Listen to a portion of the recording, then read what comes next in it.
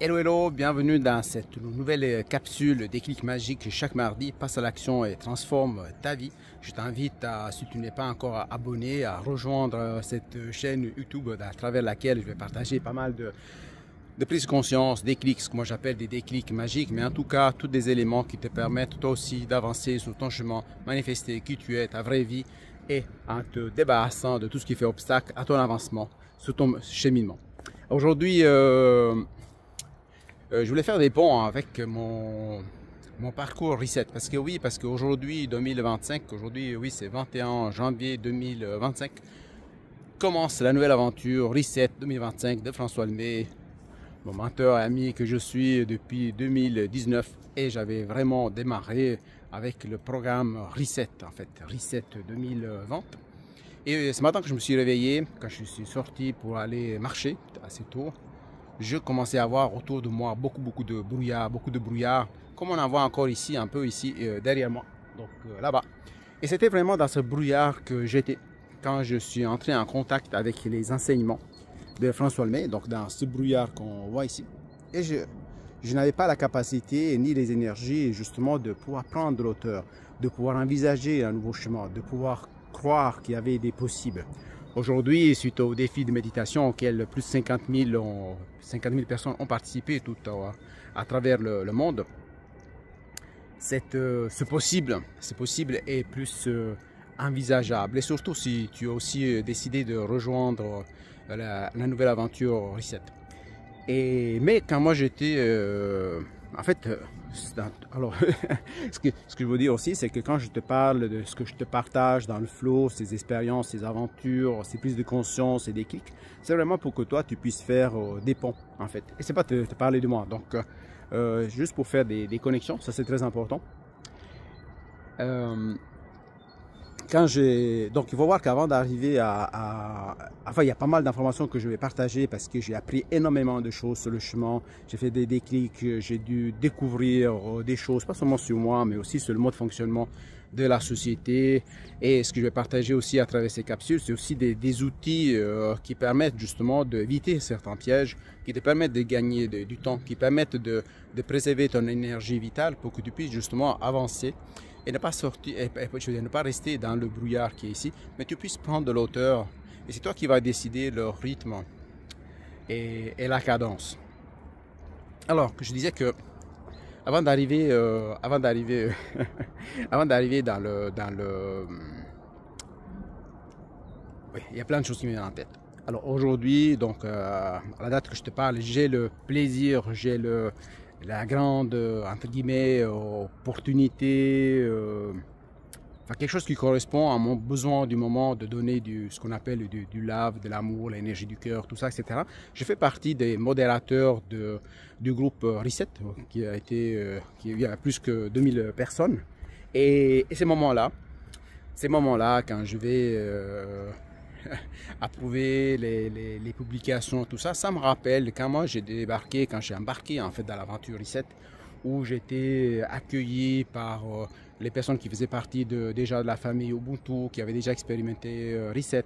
J'étais accueilli par toutes les personnes de la Happy Team. Maintenant, je ne voudrais pas citer tout le monde, puis risquer d'éviter, enfin, d'oublier quelques-uns, mais en tout cas, bien entendu, il y a Nathalie Hébert, Nathalie Côté. Bon, après, bien sûr, Nathalie locale, épouse de François Lemay, qui fait partie enfin, elle gère toute la partie administrative, organisation, enfin, elle fait énormément de choses. Et puis, bon, il y avait Hélène Larose, qu'aujourd'hui, elle fait partie de la gang One, de la première cohorte One, Master Coach, mais elle avait déjà suivi d'autres formations, train de trainer, et je crois qu'elle était aussi à l'origine de ce nouveau programme. Et elle avait suggéré, sauf erreur de ma part, l'idée aussi à François à ce moment-là. Enfin, il y avait Geneviève, enfin il y avait plein de personnes, Stéphanie, voilà, je ne vais pas m'aventurer, je me suis aventuré sur ce terrain-là, et j'espère ne pas avoir oublié des gens. Mais pour venir là-dessus, ce que je voulais dire, c'est que j'étais accueilli avec beaucoup d'amour, de bienveillance. Et puis il faut voir que moi j'étais dans une phase où je me sentais vraiment épuisé, saturé. Je me posais pas mal de questions. Je interrogeais aussi mes choix de vie. Les dernières années dans mon travail, j'étais hyper stressé. Je n'étais plus aligné avec mes valeurs. J'étais déchiré dans l'âme. Et, et aussi, je voyais des choses en fait dans le monde de l'entrepreneuriat, enfin dans les entreprises, les grandes entreprises. J'observais des modes de fonctionnement qui ne me correspondaient pas et où je ne voyais pas forcément que l'être humain était mis en valeur. Et souvent les bénéfices, les profits ils prenaient le dessus par rapport aux valeurs humaines. Alors moi je pense qu'on doit toujours être dans un certain équilibre. Mais ça c'est une autre chose. Mais finalement moi que j'avais difficulté à comment on pourrait dire, à m'accorder du repos, des phases de régénération, des choses qu'on va aussi regarder dans Reset, donc les phases de mouvement et régénération. Donc je dormais très peu, je dormais 4-5 heures par nuit. Enfin bref, j'étais un peu éparpillé, donc en essayant d'avancer sous tous les fronts. Et ça m'avait amené enfin il y a plein d'autres facteurs, mais ça m'avait amené au burn-out. Et c'était très difficile avant d'accueillir en fait enfin, accueillir, accepter, je ne sais pas. Donc il a fallu que ce soit un médecin qui, après m'avoir comment on pourrait dire, avoir visité entre guillemets, il m'a dit que j'étais dans cet état-là qu'ils appelaient burn-out et que voilà. Puis moi par contre, comme j'étais dans ma vie, dans mon enfance, dans mon adolescence, on m'a toujours appris qu'il fallait y aller, il faut y aller, il faut y aller, il faut foncer, il faut pas fléchir, il faut serrer les dents, il faut avancer, on ne doit pas se plaindre, on ne doit pas pleurer, on doit avancer. Donc je suivais ces modes de fonctionnement, ces patterns, ces croyances que mes parents et des personnes de ma famille m'avaient mis dans l'esprit. Et aussi je ne m'accordais pas le droit de m'arrêter en fait, finalement. Mais ça c'était avant. Je suis très loin de tout ça, etc. Mais je t'en parle parce que peut-être ça peut te faire écho. Enfin, ça peut faire écho à ce que peut-être tu vis ou tu as vécu. Parce qu'en fait, ce que je veux te montrer, c'est les possibles. Donc, depuis que j'ai rejoint la cohorte One Master Coach, et surtout depuis la première retraite que nous avons fait à Valmorin, à Québec, avec François Lemay et son épouse et 21 autres personnes. Comme François, il avait été à suivre je ne me rappelle plus, c'était un week-end ou une semaine avec Joe Dispenza. Il avait mis aussi l'accent sur le fait que c'est très important d'arrêter de créer notre futur en programmant avec des mémoires du passé. Et donc, ce que je te parle, c'est juste pour que tu puisses faire des ponts. Moi, maintenant, ça, c'est du passé. Et donc, je fais très attention à tout ça. Donc, ça, c'était des versions du passé de moi. Mais finalement, pour revenir à 2020, parce qu'en fait, ce que je veux te partager là-dedans, c'est pour que tu puisses voir un chemin, que tu puisses sortir ici du brouillard pour monter ici sur la montagne, prendre de l'auteur et tout ça. Et donc, dans cet état-là, quand j'étais arrivé dans... Alors voilà, donc en fait, voilà, j'ai perdu un peu le fil. Mais c'est que j'étais en mode de réaction. Mon bêta, il était très actif. Ici, on voit des instruments du passé pour se défendre des ennemis et tout ça. Et moi, ça me faisait penser que quand j'étais dans un état d'alerte, en stress, je réagissais à tout ce qui arrivait. Dans mes anciennes versions, mon bêta était très, très, très actif. Et donc, il me donnait pas un instant pour respirer, en fait, finalement. Et j'avais créé une sorte de château dans lequel je m'étais enfermé pour me défendre en fait. Et c'est un peu comme ce château qui est ici derrière moi. Mais finalement, donc les ponts que je faisais, c'était en relation, je me suis un peu perdu dans le film, mais je ne vais pas faire des coupures. Voilà, donc en fait, revenir dans le groupe Reset, accueillir les demandes d'approbation, des publications, les gens qui se présentent. Et ça me fait plaisir parce qu'en fait, ça répond à un besoin du moment. En plus, j'interagis avec les autres membres de One, avec la Happy Team. Et moi, j'adore cet esprit d'équipe. Ça me rappelle aussi quand je travaillais dans des grandes entreprises, on collaborait au niveau international, on avait des équipes qui étaient en Argentine, d'autres qui étaient en Australie, et donc on faisait le support pour les clients au niveau international 24 heures sur 24. Et ça me rappelle un peu ça, parce qu'il y a des personnes qui font partie de One qui sont à Québec, d'autres qui sont en Europe. Et donc on est dans plusieurs fuseaux horaires. Et donc c'était ça en fait, j'arrivais dans cet écosystème, dans cet univers à François. Et je trouvais vraiment beau parce que je me dis mais ici les gens sont vraiment bienveillants, ils sont dans l'énergie du cœur, c'est incroyable.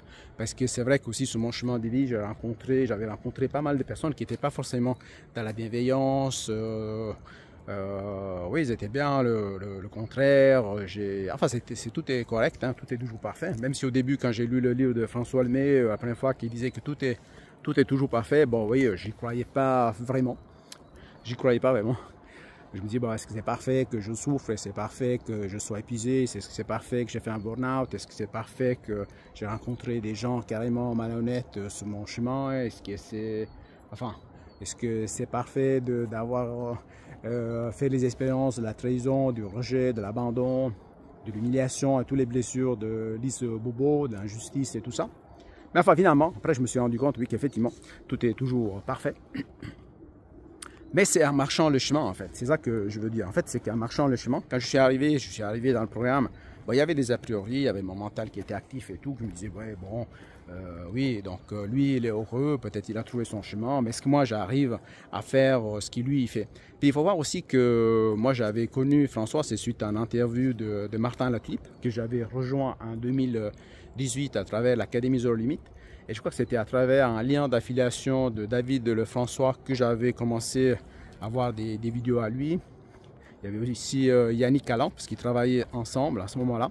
Enfin bref, je suis arrivé dans l'Académie Zéro Limite, j'ai beaucoup aimé ce qu'il fait Martin aussi, bien cadré, structuré. Moi j'aime bien parce que bon, je suis italien, en même temps je suis suisse. Et j'aime bien tout ce qui est bien structuré, qui tient la route, qui soit solide. Un peu comme ce château ça fait des siècles et des siècles qui est là. J'aime bien qu'on fasse des choses qui durent dans le temps. J'aime pas faire des choses vite fait et mal faites, juste comme ça pour faire.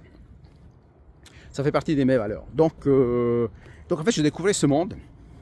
Et donc il faut juste que je me rappelle un petit peu. Mais j'avais quand même ces a priori. J'étais dans le brouillard. Je ne savais pas où j'allais. Je faisais confiance. Je sentais qu'un François, là, c'est ça que je voulais dire.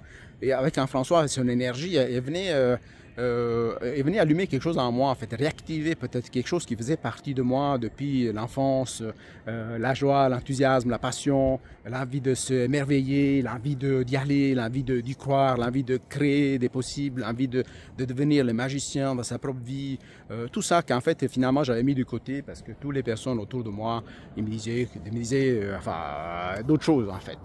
Et donc j'étais pas dans dans le bon environnement pour pouvoir cultiver ces valeurs. Mais finalement, j'y croyais, donc j'entrais en résonance à ce qu'il enseignait, et peut-être que toi aussi, donc si tu as suivi ses enseignements, si tu fais partie de cette cohorte Reset 2025, ou tu as suivi les autres, ou encore tu fais partie d'Ubuntu, ou tu as participé à des bootcamps, ou des sessions de reconnexion, ou quand il faisait, il avait lancé Inspiration, donc Inspire-toi, je crois, plutôt. Et donc, il est venu activer quelque chose en toi. Et puis, il faut voir aussi que moi, quand j'avais lancé, c'était aussi un investissement, donc en argent, rejoindre Reset, je me suis dit, bon, j'avais déjà dépensé énormément d'argent. Je pense que depuis que je suis des formations, tout ça, etc., je pense que certainement, j'ai dépensé plus que 100 000, 150 000 euros, 150 000 francs suisses de formation, hein, si je calcule tout au niveau professionnel, dans les différentes activités et au niveau personnel. Ça comptait tous le travail que j'ai fait sur moi, tout ça, etc., pour explorer d'autres approches, pour connaître davantage l'humain, mais déjà l'humain en moi, et pour pouvoir accompagner les autres. Donc, je me disais enfin, je me posais des questions, en fait. Je me posais des questions, j'ai essayé de voir qu'est-ce qui se passait. En fait, il y a d'autres choses qui me venaient à l'esprit, c'est que les personnes autour de moi, quand j'avais rejoint Reset, au début, ils me disaient, mais oui, mais hardcore, tu vas encore dépenser de l'argent, ça va te servir à quoi? C'est toujours les mêmes qui gagnent de l'argent. Il faut voir qu'avant, moi, j'avais dépensé beaucoup d'argent dans d'autres formations pour créer des formations moi-même en ligne, donc en 2018 en particulier. Et il y a eu pas mal de gens que j'ai croisés sur mon chemin, des gens qui maintenant ils sont dans d'autres domaines, qui ne sont plus là. Enfin bref. Donc il y avait pas mal de choses. Donc, et puis en plus, quand on fait un burn-out, si tu en as fait un ou tu connais des gens qui en ont fait, on est dans un mode de saturation.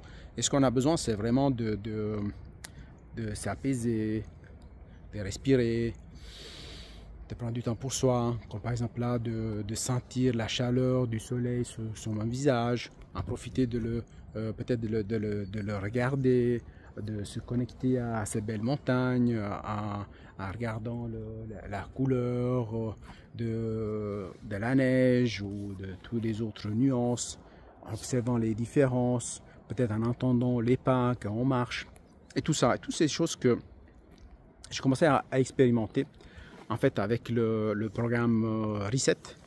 Donc je ne vais pas entrer dans les détails des enseignements parce que ça, en tout cas la version 2025 va être complètement différente par rapport à la version 2020.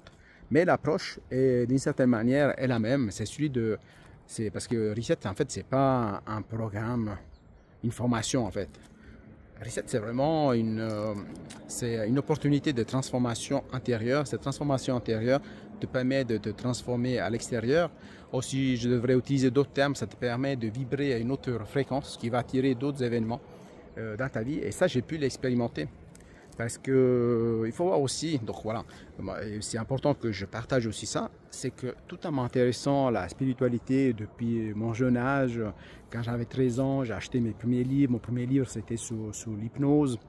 Après c'était sur la spiritualité, la magie, toutes ces choses-là, un monde d'alchimiste et tout auquel je me sentais appartenir. J'ai étudié déjà là l'astrologie humaniste, que c'est d'ailleurs un de mes outils d'accompagnement, parce que je pense que chaque être humain, donc ça n'a rien à voir avec ce qu'on voit dans les journaux, mais pour moi c'est très important que chaque être humain vit sa vraie vie, sans se laisser conditionner par les croyances des personnes qui les entourent ou de la société dans laquelle la personne est immergée.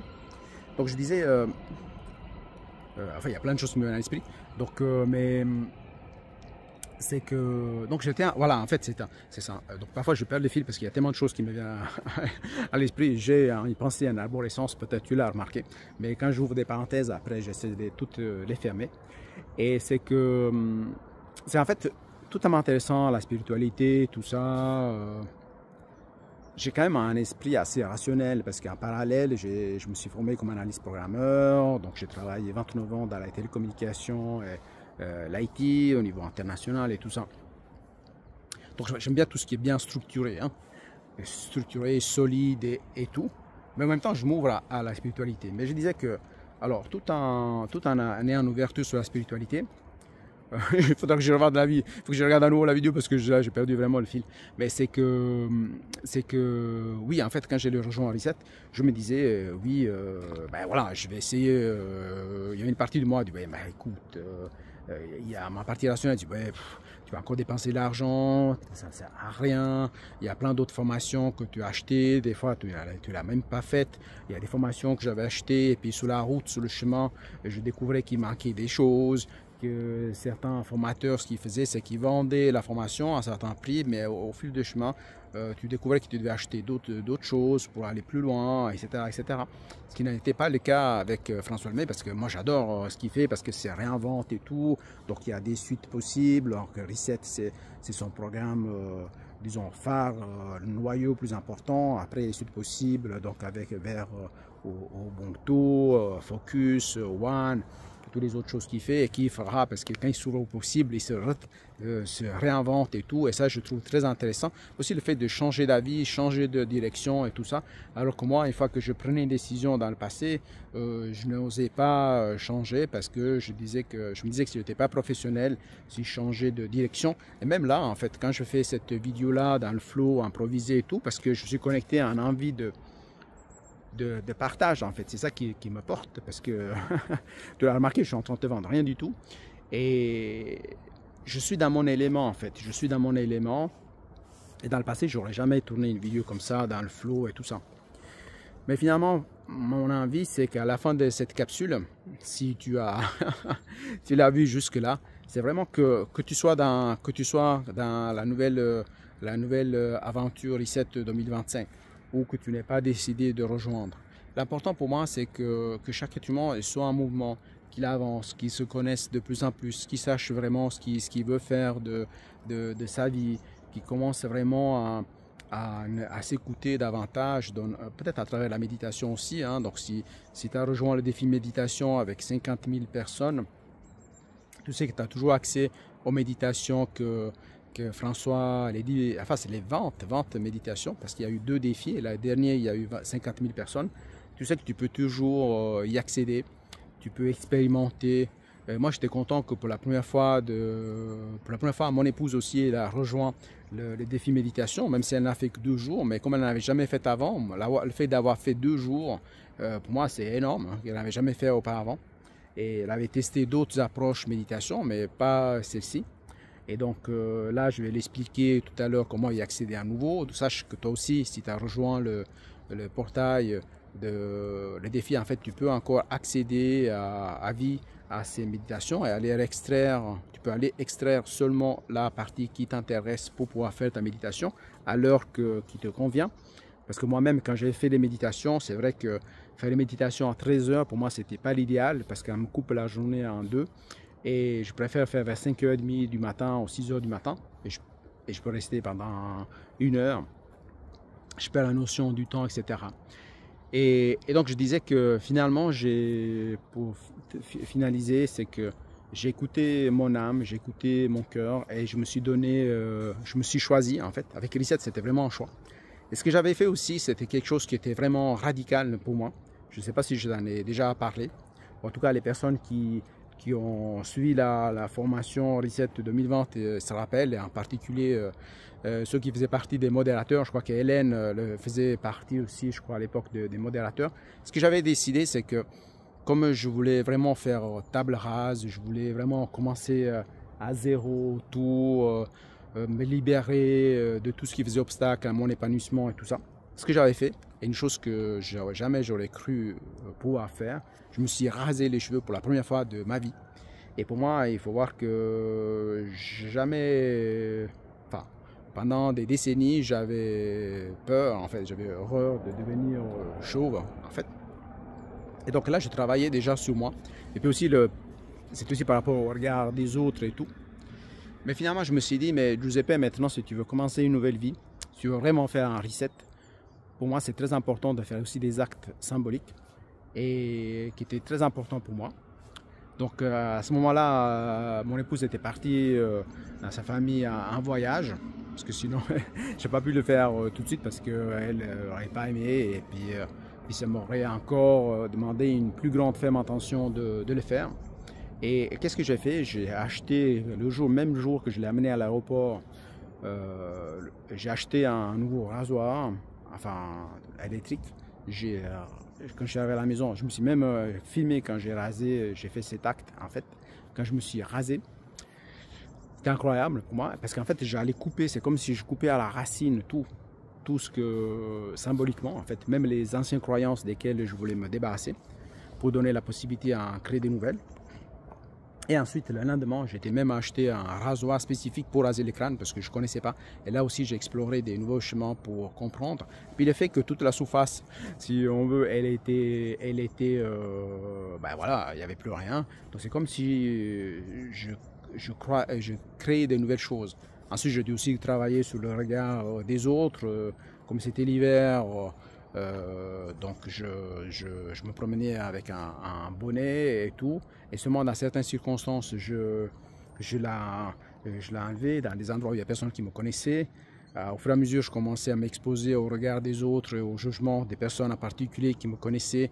Et j'avais commencé à partager en montrant à mes 3 nièces en Italie, et ensuite à d'autres personnes, jusqu'au moment que ma femme retourne.